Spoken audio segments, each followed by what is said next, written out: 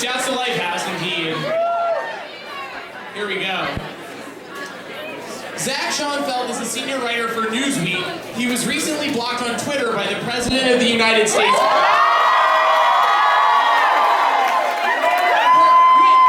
Wait till you hear what it's for telling the President he's not as cool as witches.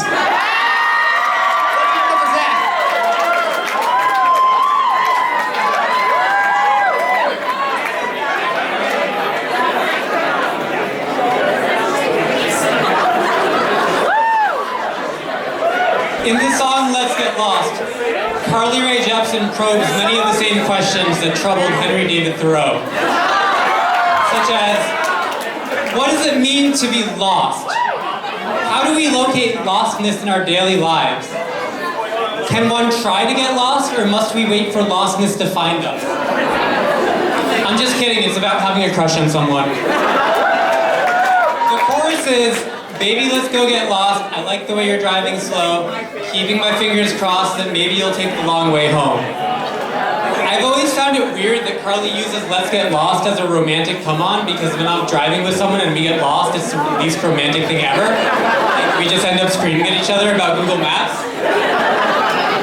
But cars have been a potent setting for pop songs going back many decades, including hits like Tracy Chapman's Fast Car, Prince's song Little Red Corvette, Nelly's Ride With Me, and Weird Al Yankovic's She Drives Like Crazy. But Let's Get Lost actually shares its name with a great Elliott Smith song from 2004. So, I commissioned a team of geophysicists to perform tests and determine which song is better. Let's Get Lost by Carly or Let's Get Lost by Elliott Smith?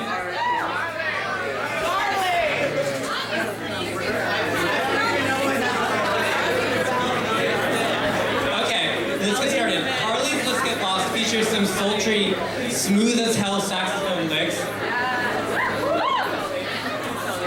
Elliott Smith's song Let's Get Lost does not feature even a single sultry, smooth as hell saxophone lick. It's not funny, it's fucked up. The Elliott Smith song does feature some quintessentially Elliott Smith lyrics, like I had true love, I made it die.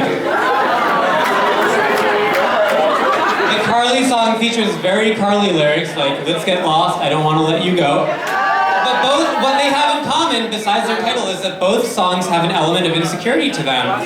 Carly sings about how shy and careful she is around her crush, and she's very nervous that her crush doesn't notice her, and they don't have a future together. Unfortunately, Elliott Smith passed away in 2004, and he never got to hear Emotion.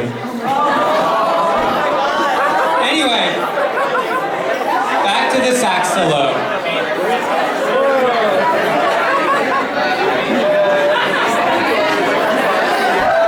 Carly's secret weapon is the sax solo.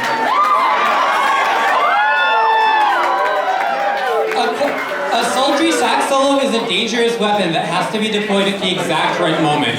A good sax solo is the embodiment of everything that was grotesque and tasteless about the 80s. It's like the musical equivalent of a sentient mullet doing cocaine.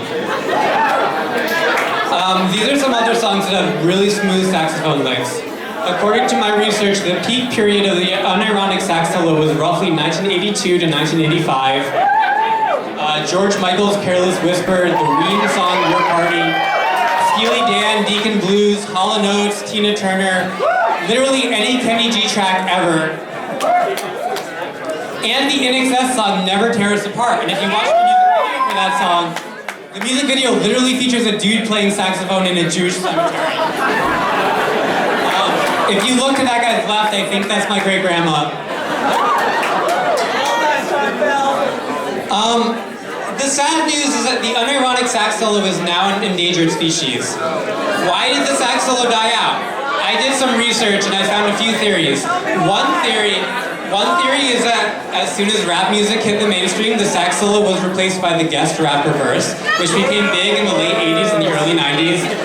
Another theory is like grunge hit big, and grunge is not into sax solos. It's really hard to imagine like a sax solo at the end of the Pearl Jam song Jeremy. But the sax solo had a brief renaissance in 2011 with the M83 song Midnight City, which most people know as the song that goes and then the sax solo had an even bigger renaissance in 2015 with the release of Carly Rae Jepsen's classic album Emotion.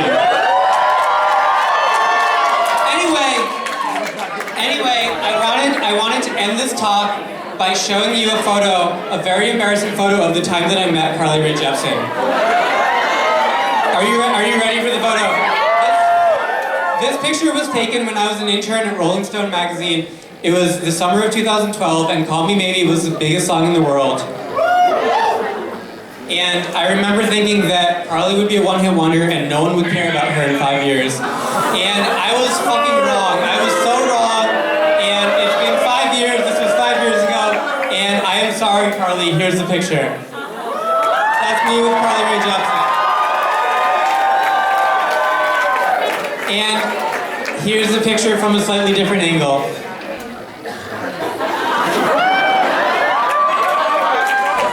And that's why Carly Rae Jepsen is the queen of being cloned. Thank you. Thank you very much. Give it up for Zach. Okay.